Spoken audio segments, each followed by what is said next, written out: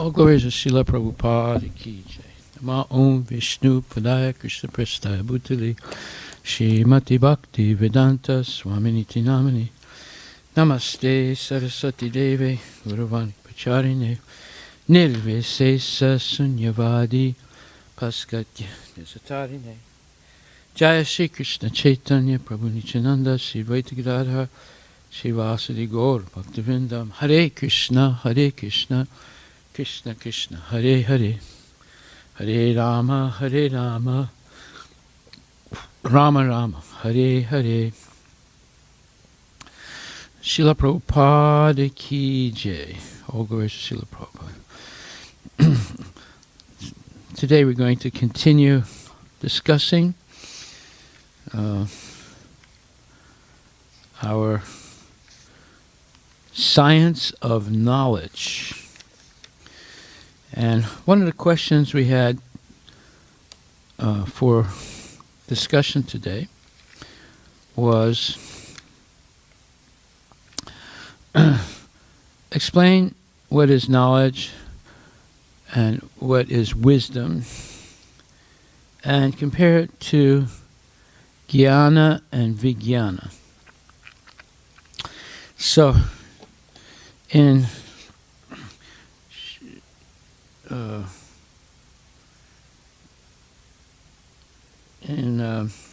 Sritan Nala's homework, he brought up an interesting point, and I wanted to discuss this.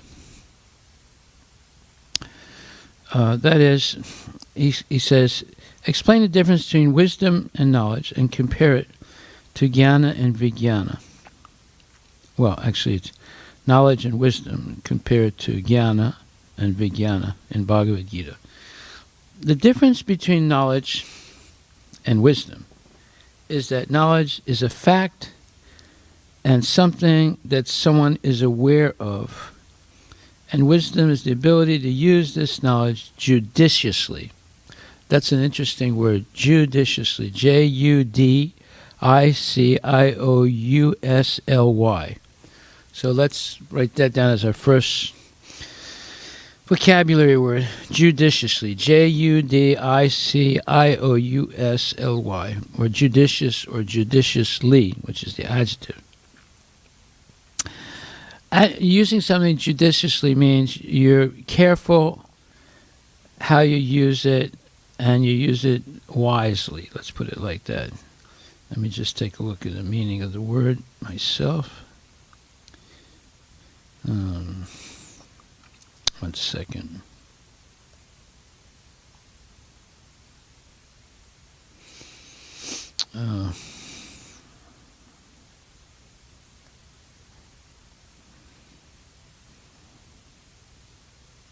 Anyway, it's using it carefully and wisely. That's what it means. Okay. So now Prabhuji continues. He says,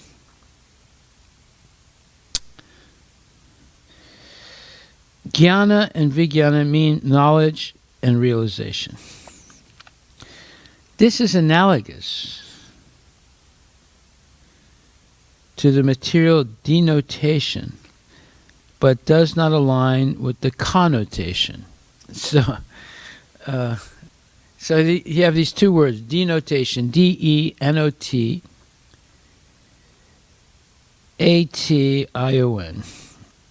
D-E-N-O-T-A-T-I-O-N.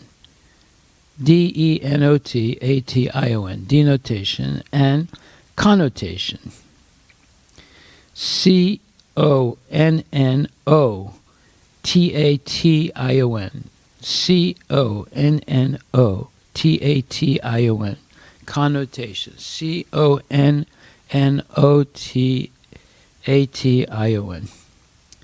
Okay, now what does he mean here? It aligns with the denotation, but does not align with the connotation. Well, denotation means the precise meaning of a word. So, what is the precise meaning of the word knowledge? Knowledge is something that you have information of, correct information, and you understand something because of that knowledge.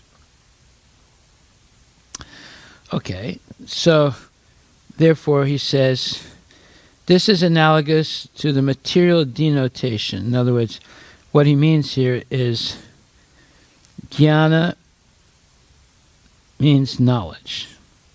So when he says analogous, A-N-A-L-O-G-O-U-S, it's another word today, A-N-A-L-O-G-O-U-S. Analogous means it's comparable to the exact meaning of the word. Yes, because if you say jnana means knowledge, if you say knowledge means knowing something and jnana means same thing, knowing something, then it's analogous, it's similar. And vijnana means realization. He says, but this second word, it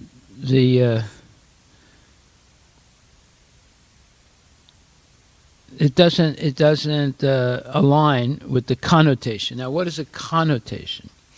A connotation is an extended meaning of a word.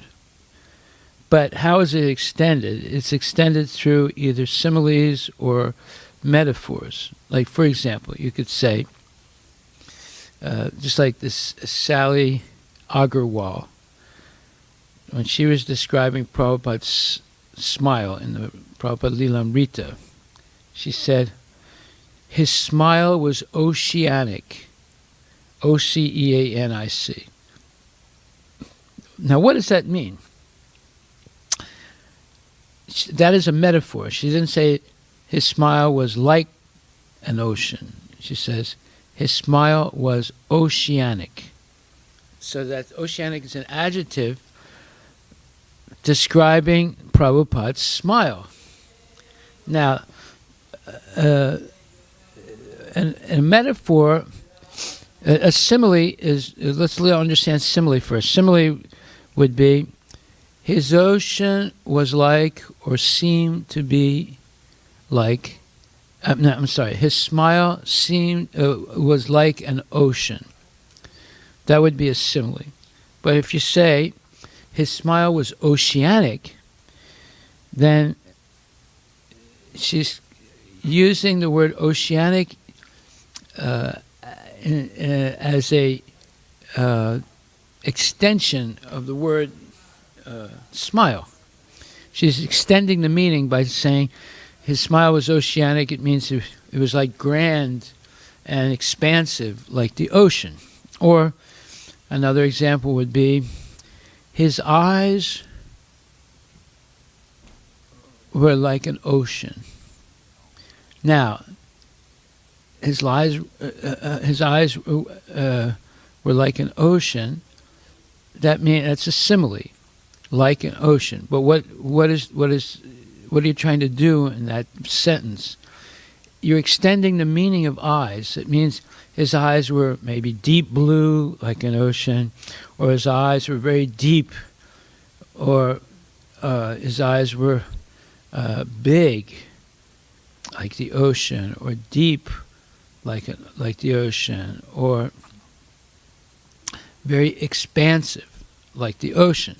Okay, so the connotation is an extended meaning of a word through similes or metaphors, and the denotation is the exact meaning of the word. So he's saying here, Shaitan is saying, jnana and vijnana mean knowledge and realization. This is analogous to the material denotation, but does not align with the connotation. Okay, so when you say it doesn't align with the connotation, what do you mean? That what is that does not align with the connotation, denotation, connotation? I'm sorry. Anyway, to continue, maybe it gets clearer in the next sentence. Knowledge is defined as knowledge of the soul, God, and their relationship according to the Bhagavad Gita. Realization realization means putting the knowledge to use, or bhakti yoga, serving the Supreme Lord. Many demons, such as Hiranyakashipu, had the knowledge of the soul, but still did not realize the purpose of life. Realization is important if our goal of attaining the Supreme must be achieved. So, what we can understand here is the knowledge is not... there's knowledge of mundane things and there's knowledge of transcendental things. There's knowledge of the phenomenal world and there's knowledge of the numinous world, right? So knowledge used in the dictionary is only about the material world. It's not concerned so much with the spiritual world. But knowledge in the Vedic terms of jnana is knowledge of the soul and the soul's relationship to Paramatma, and eventually going deeper, the soul's relationship with Krishna and the spiritual world, Vaikuntha as well as Goloka. And understanding that Krishna is the origin of Paramatma and the Atma, or the individual soul, and also of the material world. So that would be the definition of knowledge in the Vedic sense, but knowledge in the normal sense is just knowledge about the material world, and even that knowledge is incomplete. Then, what is vijnana? Vijnana means, or what is wisdom? Wisdom means you know how to use that knowledge that you have, whatever it is, for a useful purpose that is good for humanity, let's say, like that. You could also use it for a bad purpose that is detrimental to humanity. However, if we're talking about vijnana means you can use the knowledge of the Vedas to perfect and purify yourself through devotional service to Krishna. And the ultimate goal of vijnana is to attain pure love, pure ecstatic love for Krishna. So we see there is a difference between knowledge and realization in the English language, using the English dictionaries, and jnana and vijnana, according to the Vedas. And you really don't have vijnana until you attain transcendental bliss, performing service to Krishna. None of that is in the definition of knowledge and wisdom in the English language, in the normal usage of those words. So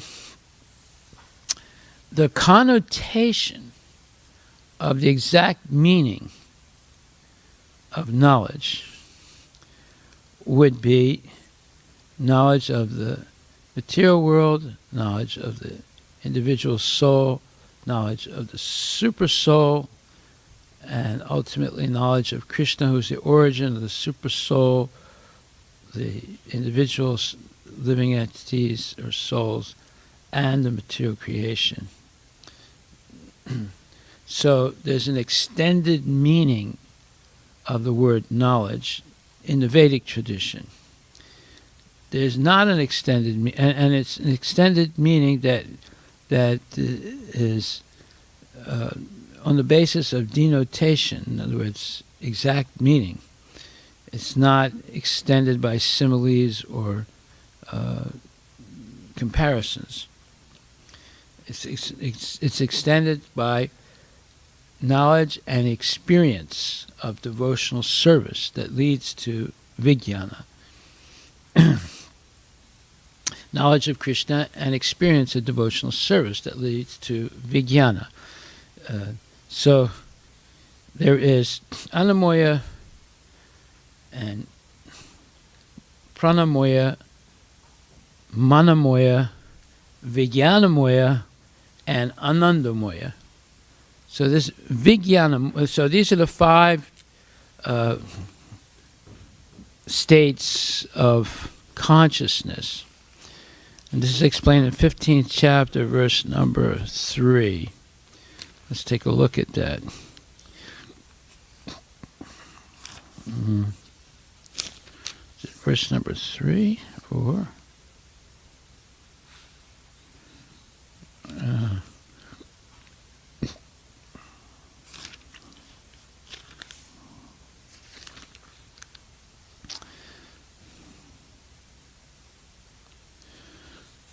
Maybe it's verse number, let's see, wait a minute.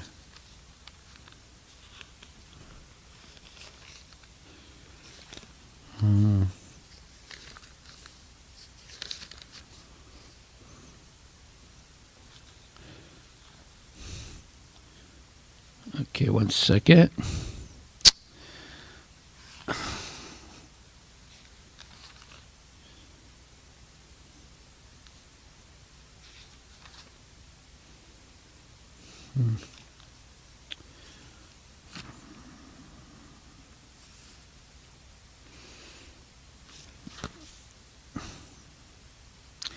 Okay, one second.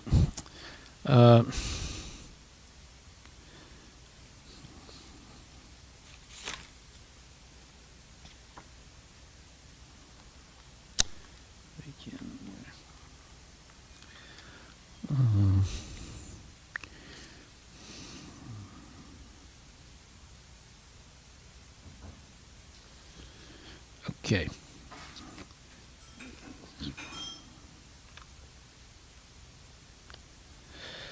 Yeah, I'm sorry. It's chapter 3, verse number 5. Chapter 13, verse number 5. I'm sorry. Chapter 13, verse number 5. There's a quote from the Taittiriya Upanishad 2.9, and it's Brahma Pucham Pratista. That means there's a manifestation of the Supreme Lord's energy known as anamoya, dependence upon food for existence. This is a materialistic realization of the Supreme. Then, in pranamoya, after realizing the Supreme Absolute Truth in food, one can realize the Absolute Truth in the living symptoms or life forms. In jnanamoya, realization extends beyond the living symptoms to the point of thinking, feeling, and willing. Then there is Brahman realization called vijnanamoya, in which the living entity's mind and life symptoms are distinguished from the living entity himself. The next and supreme stage is anandamaya, realization of the all-blissful nature. Thus, there are 5 stages of Brahman realization, which are called Brahmapucham. Out of these, the first 3, Anamaya, Pranamaya, and Jnanamaya, involve the fields of activities of the living entities. Transcendental to all these fields of activities is the Supreme Lord, who is called Anandamaya. Vedanta Sutra also describes the Supreme by saying, Anandamaya Vyasat. The Supreme Personality of God is by nature full of joy. To enjoy this transcendental bliss, he expands into Vijnanamaya, Pranamaya, Jnanamaya, and Anamoya.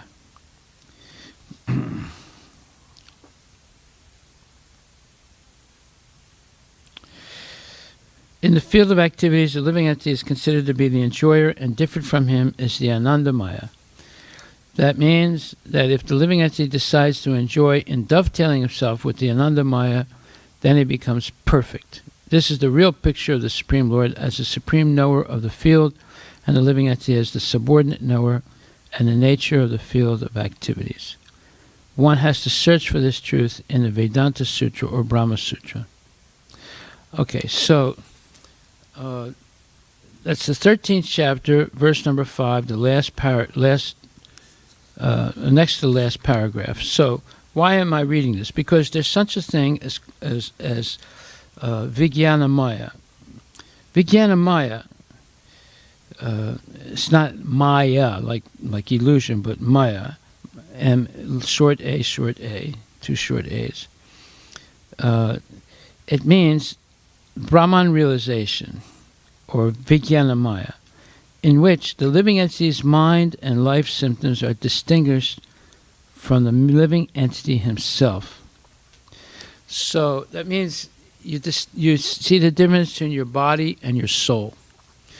And you begin to understand your soul's relationship to Krishna. That's called Vijnana.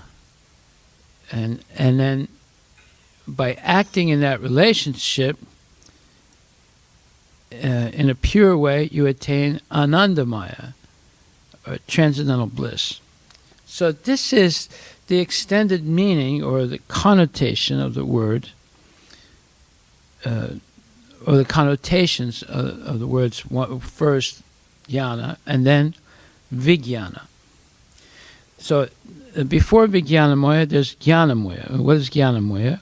That is realization. In Jnanamoya, realization extends beyond the living symptoms to the point of thinking, feeling, and willing. So this is like René Descartes. He said, I think, therefore I exist. Because he had some mental activities that are different than his physical activities, then he identified himself as existing. And he could not deny that. He denied everything else, but he could not deny that he thinks, therefore he exists. So, this is a higher understanding of jnana and vijnana. Jnana is understanding the living symptoms. That is realization that extends beyond the living symptoms to the point of thinking, feeling, and willing. The living symptoms means, you eat, you sleep, and so forth. But higher than that is this thinking, feeling, and willing, by which you act. And then that's the Jnanamoya. And then the Vijnanamoya is the living entity's mind and life symptoms are distinguished from the living entity himself. In other words, you begin to understand that you have an eternal soul that is not related to the body, that simply is residing in the body temporarily, but has an eternal existence, and that your soul has eternal relationship to Krishna. And then you come to the level or the supreme stage, Anandamoya, realization of the all-blissful nature of associating with Krishna and the pure devotees in the spiritual world. Okay, so there's a lot more meaning to jnana and vijnana than simply knowledge and realization or wisdom. And what Shaitan did was he brought into the play these two words, denotation, the exact meaning or precise meaning of the word, and connotation, an extended meaning. So I wanted to introduce those things thanks to him. And now we can see that Sanskrit is a much deeper, much more nuanced and rich language than English. English is limited by mundane people to simply dealing with the phenomenal world. But the Vedas go much deeper, and they deal with the phenomenal and numinous world, and go right up to the top of the numinous world through this different states of consciousness leading up to Anandamaya. You're going past Vijnanamoya, which goes past Jnanamoya, which goes past Pranamoya, which goes past Anamoya.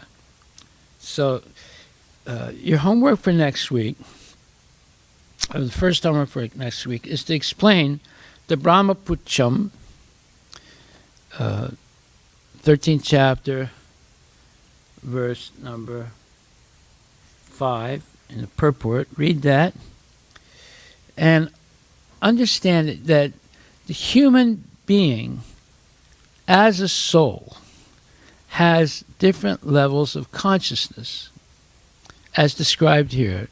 Consciousness of God as food, consciousness of God as living symptoms, consciousness of God as mental and subtle symptoms, and then consciousness of God as an eternal soul, and consciousness of God as an eternal soul in an eternal relationship with the Supreme Soul, Krishna. Now we begin to understand much more deeply, jnana and vijnana. Until you actually come to the point of pure devotional service, you have not really developed wisdom. So the whole discussion started with, what is knowledge, what is wisdom? And there's a limited definition to that. It's basically limited to the realm of the material world in dictionaries, English dictionary, French dictionary, any dictionary, material dictionary. But when you come to the Vedas, that understanding is expanded tremendously, and you start to enter into this transcendental world where there's no limitations on your soul and your loved ones. So you want to study the Brahmapucham, these different symptoms or stages of consciousness of a living entity, and get a deeper understanding of jnana and vijnana according to the Vedic knowledge. Okay, so then I did read also other homeworks, and I want to discuss that. Let's look up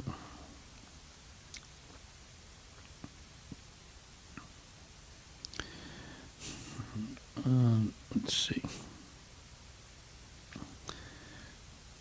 So that was Shitan's homework, and I read Shesta's homework. I didn't read Sunmukh, but Pravalika gave homework too, and Krishna gave homework. So let's look at Pravalika's, because let's see what she did. Okay, so she says, explain scientists' definition of gravity. Gravity is a natural phenomenon by which all things with mass or energy, including planets, stars, galaxies, light, are brought toward one another. Well, that is the material definition of gravity, yes. But that doesn't really explain that much. So, what is the Bhagavatam explanation of gravity? Well, there's several different ones.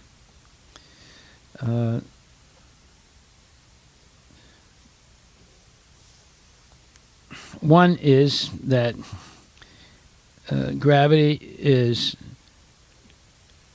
due to Krishna, because he's the supreme controller. Now, how does he control things? Well, he controls things through his energies. Okay, so what energy or energies control the movement of planets? Well, everything is controlled by persons. So Krishna is the ultimate person, and he has delegated persons called the demigods. And he gives them precise orbits in which they can function, like Surya functions in a specific orbit, and Chandra functions in another orbit. And the energy for sustaining the movement of macroscopic bodies like the sun, the moon, etc. in these orbits, and living entities in these orbits, is coming from Krishna also in the form of light. And that light that emanates from his body, the Brahma Jyoti, is the source of all energy in the universe. So he supplies the energy, and he makes things buoyant, B-O-U-Y-A-N-T. It's another word. Let's look that up. So today we've already studied denotation and connotation, right? And also, what were the other words, Daniel? No, that's now. But there were two others besides denotation and connotation. There was, analogous, and one other word. Okay, you find that other word. All right, so now we're going to look up the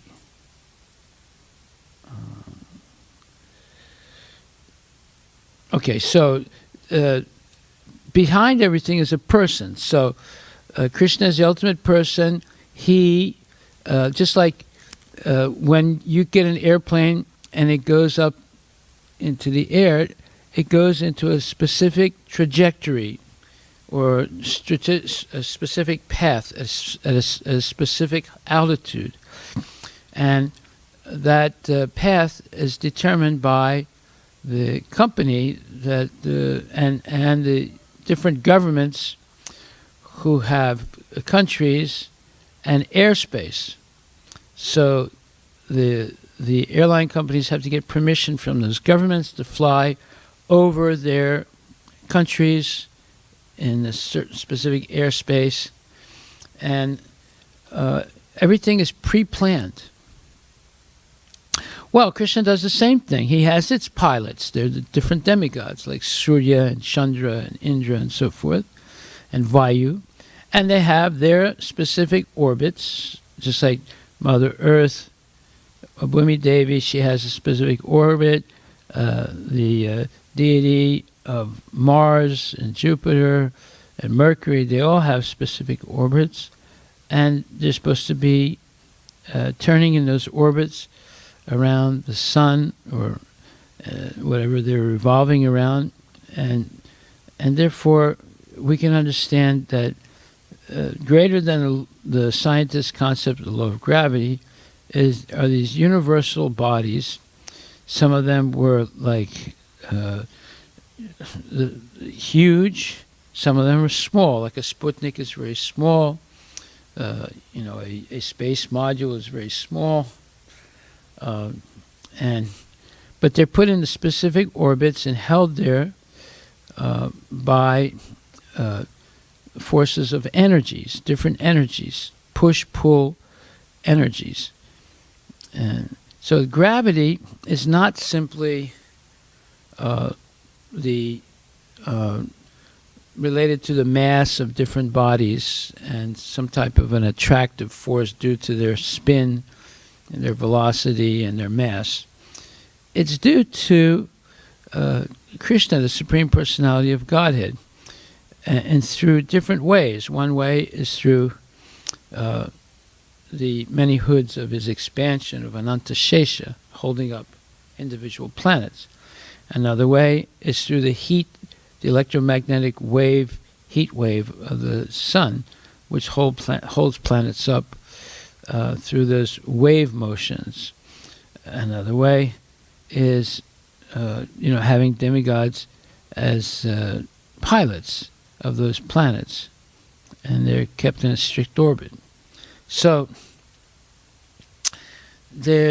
what we see is the impersonalization of everything by modern science. On the other hand, in the Vedic science, everything is personal. Well, just like in a city runs not impersonally, it runs personally. Like, for example, if you want to get a license, there's a specific phone number you can call in Olympia, and you'll get a person on the phone.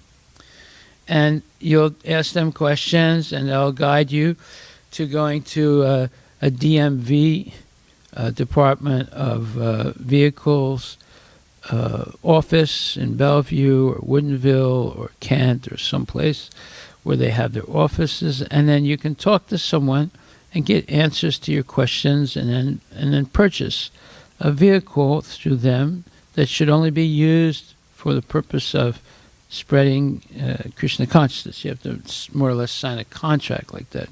So we see that everything in the material world is personal. Why shouldn't everything in the spiritual world and everything in the greater material world be personal also? And they are, and it is. There are people on every planet. There's a unique person who's in charge of every planet. Just like there are unique persons in charge of every company in the United States that employs sometimes hundreds and thousands of people.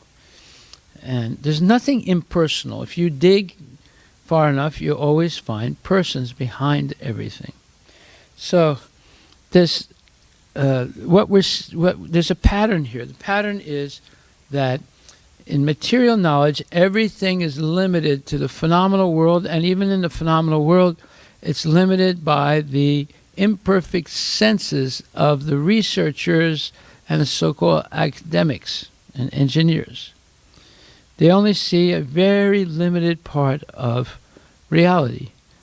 And when you open up reality, let's say when you dissect a person to see what's in their body, you will see a lot of things, but you won't see the soul, although it's the soul that keeps the body alive.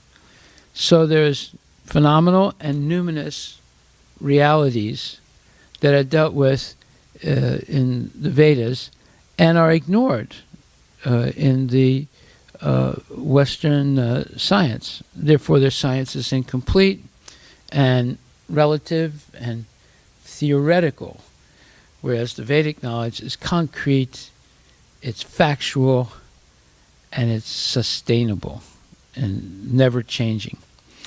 Okay, so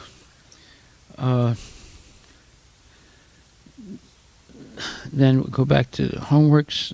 There's a couple more nice points.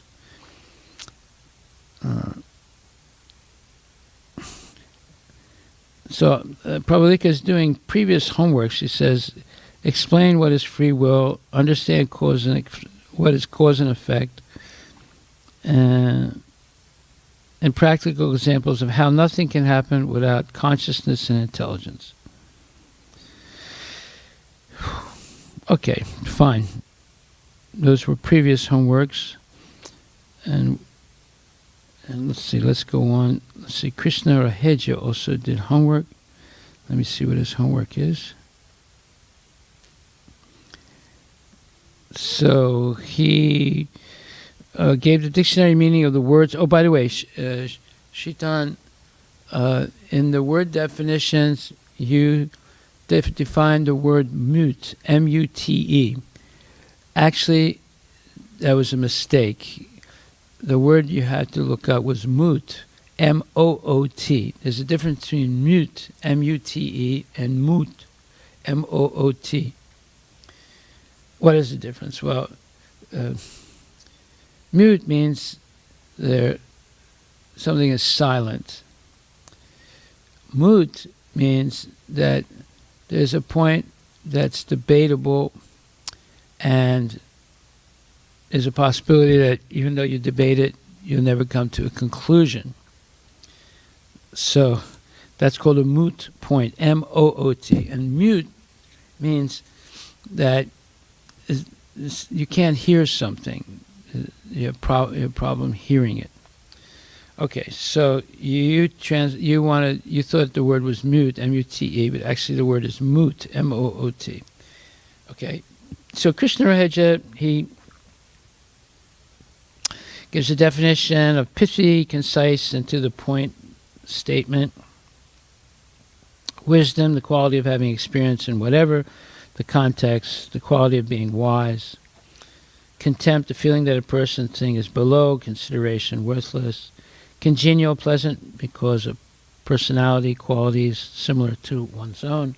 Moot, M-O-O-T, point, an issue open for debate or matter of no practical value. Uproot, pull something out of the ground, or also stated in the context of boosting someone's self-confidence or mood. What? Who? Yeah, not now. I'm using it. As soon as I finish. I'm sorry. Okay. And then uproot, pull something out of the ground. Okay. Upstarts, a person who has risen to sudden wealth or a high position but doesn't have good personality. Persona, a person's character presented, someone's character as how people see it. Anarchism, belief in abolition of all government and the organization of society without force of compulsion. In other words, no police, no authority. And fascism, one-party dictatorship government, a totalitarian one-party state. And then read the verse and purport of Srimad Bhagvatam 1:12-26 and look up the current affairs and give an analysis about what is happening and why it is happening. There have been riots recently regarding the death of a black man named George Floyd in Minneapolis. He was choked to death while being arrested by 2 white police officers. The handcuffed man was pleading for air when the officer was just pressing his knee even more deeper into Floyd's neck. Just yesterday, the food truck did not make it to the U District because of the riot in Seattle. I was tracking the food truck and I found it through one of the 15 cameras where some of the traffic cheered out as below. Okay, so that's correct. Now, the question is, why is it, what's the correct analysis of it? Okay.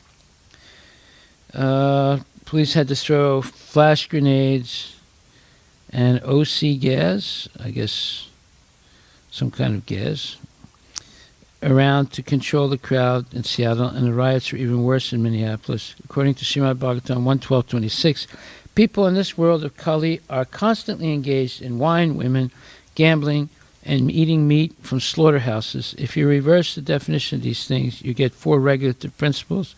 Activities in this age are exactly the opposite of what we should be doing.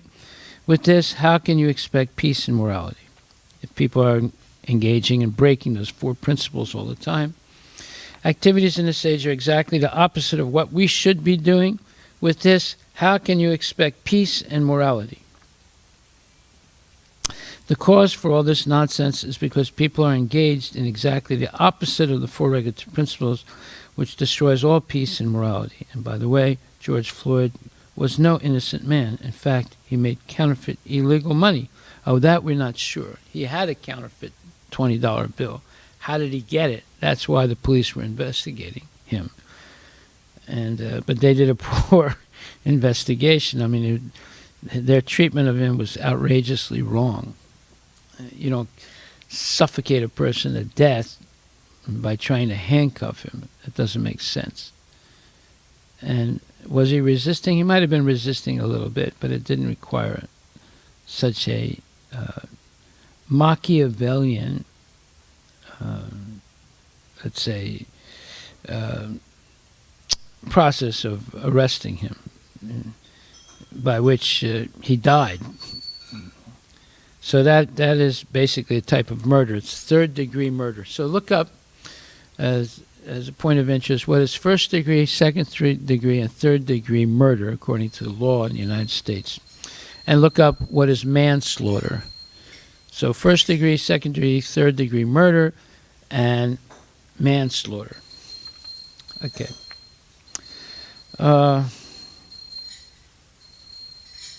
So George Floyd was no innocent man. In fact, he made counterfeit illegal money. But when he got arrested, he did not resist, so there was no need to choke him. Well, he did resist a little bit. And that's why they put him on the ground. If he had simply put his hands out, permitted them to handcuff him, and permitted them to seat him in a police car and take him away, none of this would have happened. But he did resist somewhat. So they had to put him on the ground. But unfortunately, that one policeman put his foot on the man's neck for like 9 minutes. And even though he protested, he couldn't breathe. He kept his foot there. And unfortunately, Mr. George died. And it's very unfortunate that he died. He should not have. The policeman used excessive force. You're not supposed to use excessive force. You're supposed to use the minimal force necessary to bring a person to comply. So, for a $20 counterfeit bill, you're going to kill somebody. That's outrageous. He could have been arrested in a much more, let's say, effective way. And but in the circumstances, sometimes people are stressed. Sometimes they're having a bad day.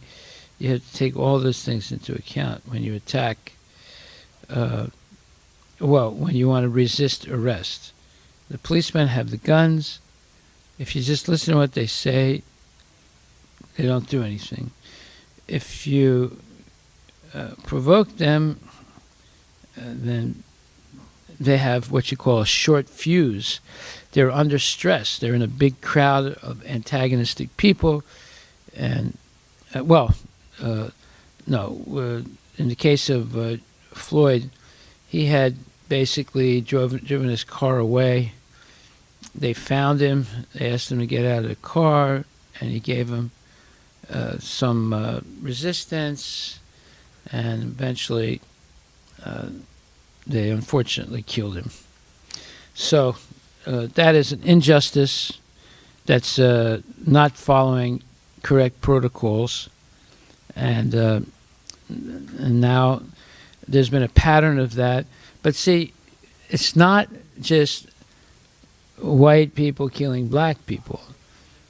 In fact, if you look at statistics, black people kill as many or more white people than white people killing black people. And more than that, black people kill black people more than anything else. So the murder rate in black neighborhoods is atrocious. It's very, very amplified. So unless people have control their mind and senses, it doesn't matter whether they're white or black, there's going to be trouble. And the trouble is unnecessary if people had self-control and a pure heart. But because of the lack of spiritual education, because of their economic situation, because of their bad habits, all this trouble is taking place, and it's not going to stop. It's not going to stop until people until you have good rulers or politicians, and then you'll have good people. So stress does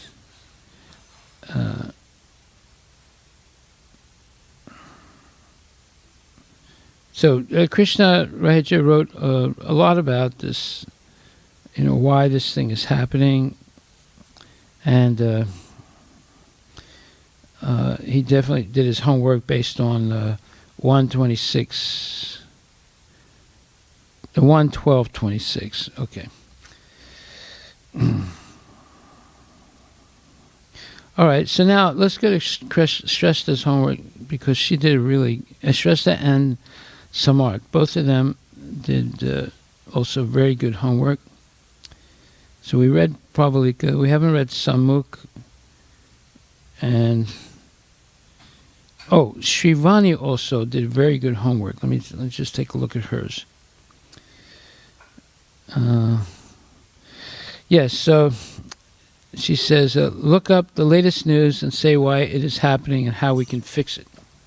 So she writes, George Floyd was a black man who faced a horrible death. Floyd was choked to death by a white police officer who had his knee in his neck. At the time of death, George said, "I can't breathe. Don't kill me. I'm about to die." Hearing his cry for help, the officer continued to choke him. The officer is now arrested for third-degree murder. Why did these things happen? Why was the officer so ruthless? Well, the answer is very simple. People are not using their intelligence. Real intelligence is to remember Krishna when there is a problem. Well, you shouldn't only remember Krishna when there's a problem. You should remember Krishna all the time. But you can increase your remembering of Krishna when there's a problem. You don't only remember Krishna when there's a problem. And by the way, if you're not practiced in remembering Krishna, you probably won't remember Krishna when there's a problem either. So, no, you should remember Krishna at all times. Real intelligence is to remember Krishna when there's a problem. No, just to remember Krishna all the time. The officer did not remember Krishna when he was with Floyd, thereafter choked him. Bhagavad Gita 2:63 states that when from anger complete delusion arises, and from delusion bewilderment of memory, when memory is bewildered, intelligence is lost, and when intelligence is lost, one falls down again into the material pool. The officer went through all these stages, or all these steps, which unfortunately led to committing a murder. To stop these steps from happening to us, all we have to do is follow the 7 steps of life, which are always remember Krishna, never forget Krishna. There you are. So, Shrivani, when you say remember Krishna when there's a problem, no. You have to do what you said. Always remember Krishna, never forget Krishna. Always do things in favor of Krishna. Reject things that are not in favor of Krishna. Always do things that please Krishna. Never do things that don't please Krishna. Follow the Guru, Shastra, and Sadhu triangle of verification. When these steps are followed, one is sure to be successful in life because every decision one makes will be for Krishna. So if everyone follows these 7 steps and serves Krishna with the guidance of a spiritual master, then the world will definitely become a better place to live in. Amen. Hare Krishna. Very good. Okay, so now let's look at Shresta's homework and very good, Shrivani. Shresta gave quite a detailed homework, and so did Samart. Actually, what I'm going to do, we're going to share Shestra's homework with everybody. You have everyone's email there? Yeah, because it's very well done. So we'll do that. I'll help you access it. Let's go to Samart. So he defines the different words, and then explain the difference between knowledge and wisdom. The practical definition of knowledge, according to the modern dictionary, is facts, information, and skills acquired by a person through experience or education, the theoretical or practical understanding of a subject. Okay. Prabhupada explains in Bhagavad Gita that knowledge is not enough for self-realization or to develop pure Krishna consciousness. There has to be devotional service or practice also. Anyway, so it says, through books and education, we may get knowledge. If you read a book or how to play a game, then you may gain knowledge about that game after reading. According to Bhagavad Gita 9.1, Srila Prabhupada translates knowledge as jnana. Okay, but again, we had a long discussion previously about the difference between the word knowledge in English and the word jnana, and the word wisdom in English and the word vijnana in Sanskrit. So basically, Samart gave a material definition of the word knowledge. Now he's defining the word wisdom. The definition of wisdom is the soundness of an action or decision with regard to the application of experience, knowledge, and good judgment. This definition is saying that wisdom is the experience of life that will teach you something which will stay with you forever and help you to make precise decisions. Wisdom comes through the experience of knowledge. Okay, correct. That's the material definition of it. For example, you read a book that teaches you how blissful being Krishna conscious is, such as the Bhagavad Gita or the Srimad Bhagvatam. This is knowledge as explained in the previous section.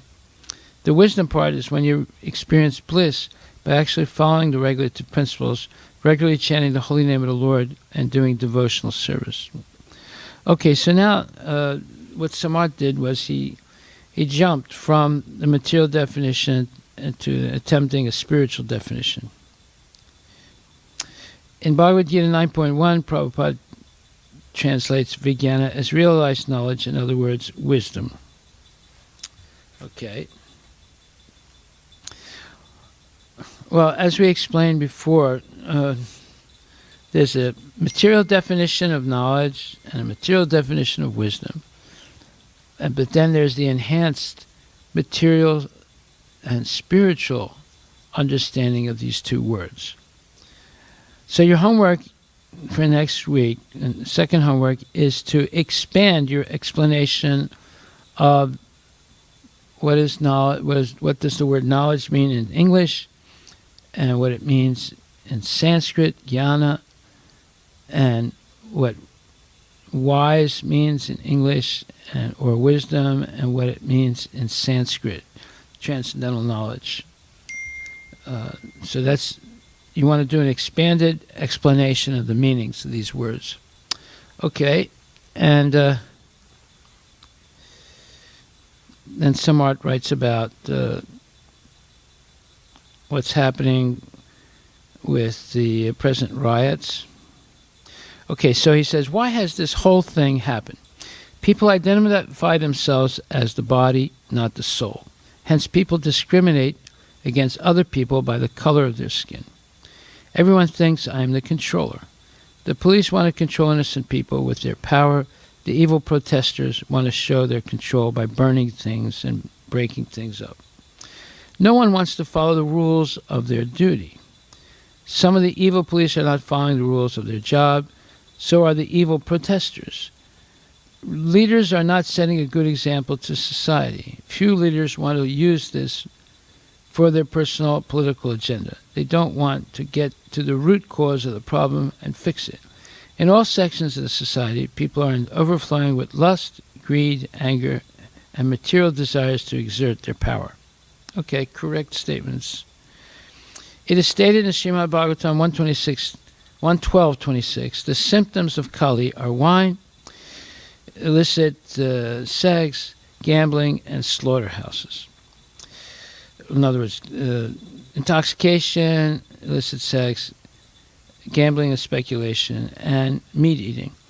The root cause of the fall down of this society in the age of Kali is due to the four don'ts, as enumerated above, specifically meat eating, gambling, intoxication, and illicit sex. These fire up the lust. These lead to lust, greed, anger, and material desires, which leads to quarrels and wars like today. What is the solution? According to Srimad Bhagvatam 112:26, wise rulers of all states should take lessons from Maharaj Parikshit and how to maintain peace and morality by subduing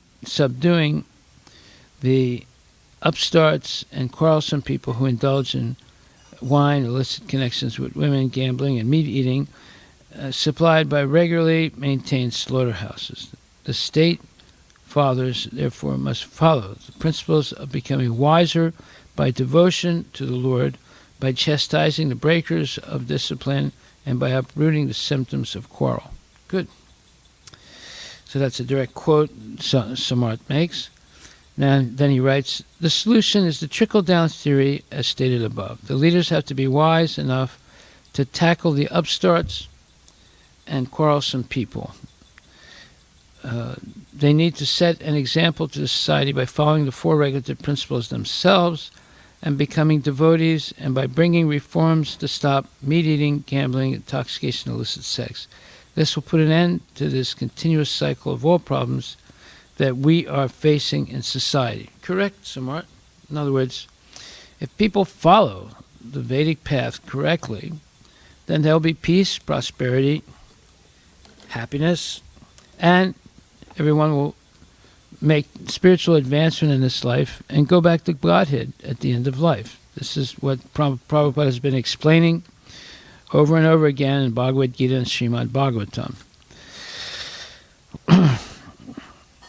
So, Prabhupada writes, wise rulers of all states should take lessons from Maharaj Parikshit in how to maintain peace and morality by subduing the upstarts and quarrelsome people who indulge in wine, illicit connection with women, gambling, and meat eating, supplied by regularly maintained slaughterhouses. In this age of Kali, regular licenses issued for maintaining all of these different departments of quarrel. So how can they expect peace and morality in the state?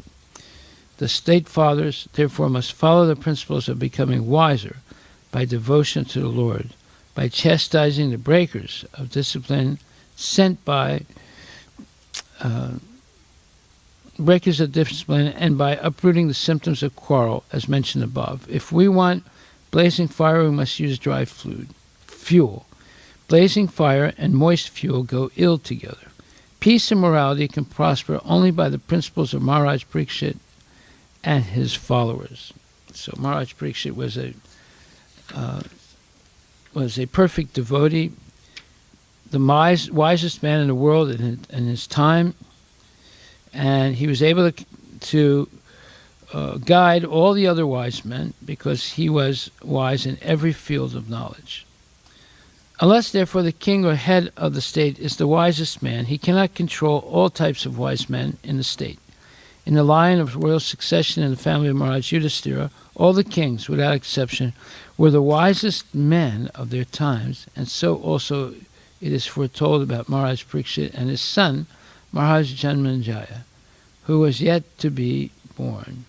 Such wise kings can become chastisers of upstarts and uprooters of Kali or quarrelsome elements. As will be clear in the chapters ahead, Maharaj Parikshit wanted to kill the personified Kali, who was attempting to kill a cow, the emblem of peace and religion. So here, the whole, let's say, ethos, or the whole culture, Vedic culture, is explained. It all starts with following the example and teachings of acharyas and learning self-control and cleanliness and mercifulness and honesty, truthfulness, and having the self-control to engage in austerity. So those are the four universal principles of spirituality, and leaders of society have to be trained in these four principles. And all persons in society in positions of responsibility have to be trained in these four principles: truthfulness, austerity, cleanliness, and mercifulness. Haribol. Okay, so your homework, therefore, is write a more extended explanation of what is knowledge and what is wisdom as understood in the English language, and then what is jnana and vijnana in its most enhanced sense as explained in the Vedic literature. And to give you a couple hints where to look, let me tell you. First of all, to really answer the question from the Krishna conscious point of view, you would have to look at 4th chapter Bhagavad Gita. This is something you've done already, but you can go over it again. 4th chapter, verse number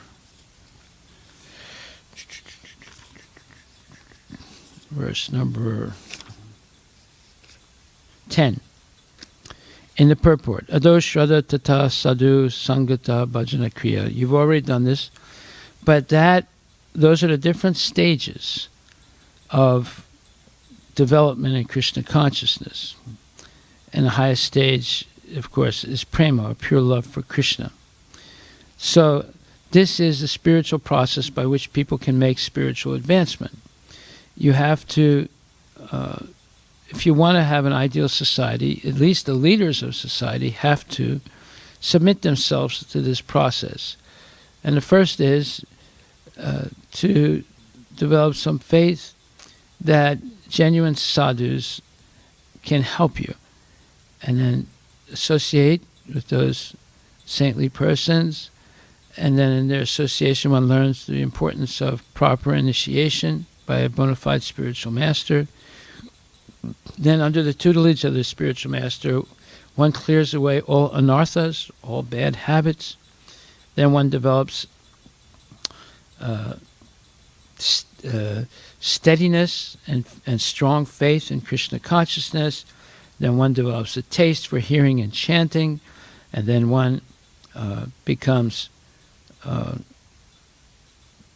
fixed in their steady spiritual advancement. Let's call Atashaktis. They become very, very attached to Krishna. They have a taste for hearing about Krishna and engaging in his service, and then they become very, very fixed in the devotional service. And then from that point they come to bhava, the incipient beginning of spiritual ecstasy, and as that increases they develop full-blown prema, or love for Krishna. At that point they are completely liberated from all material contamination and frustration and performing inauspicious acts. And leaders of society should follow that path in order to become qualified to lead people. Otherwise, you'll get second, third, fourth, fifth class people who are leaders, and you'll have constant fighting, quarreling, cheating, lying, etc., from the leaders down to the lowest echelons of the society. Okay, so that was a little hint on how you can enhance your understanding of jnana and vijnana. And so you write an essay explaining the difference between the material definition of knowledge and wisdom and the spiritual understanding of knowledge and wisdom. Okay, what was the other homework we said? Daniel, did you take notes? You didn't write it down. Okay. The other homework was, so now I gave you a hint, 4th chapter, 10th verse, for the enhanced understanding of knowledge and wisdom. And then also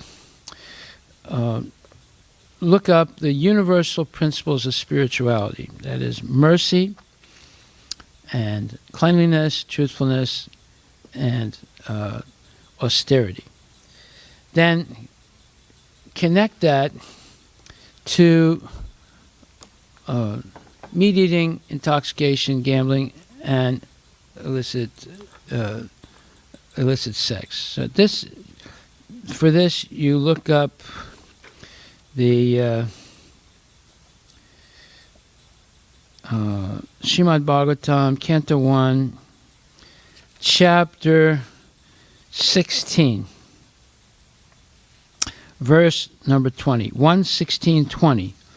1:16:20, it's a long purport, and you'll be able to see the correlation between these four types of these four universal principles of spirituality, and when they're not followed, because of meat eating, gambling, illicit sex, and intoxication, they destroy mercy, cleanliness, truthfulness, and austerity. So there's a direct negative correlation between breaking the regulative principles and following the four universal principles of spirituality. Okay, so you have those two homeworks. And for added credits, you can read this chapter 16, first canto, chapter 16, and learn about the personality of Dharma, the bull, and the personality of the cow that were being beaten and tortured in a sense, and it created such inauspiciousness in the world.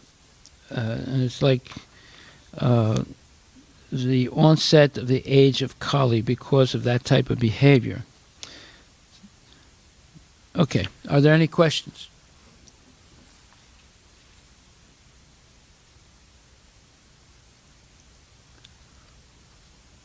So all of this is to give you a better understanding of why these riots are going on today and what is the root cause of this type of, let's say, degradation of society. It's nothing new. It's been going on throughout this age of Kali.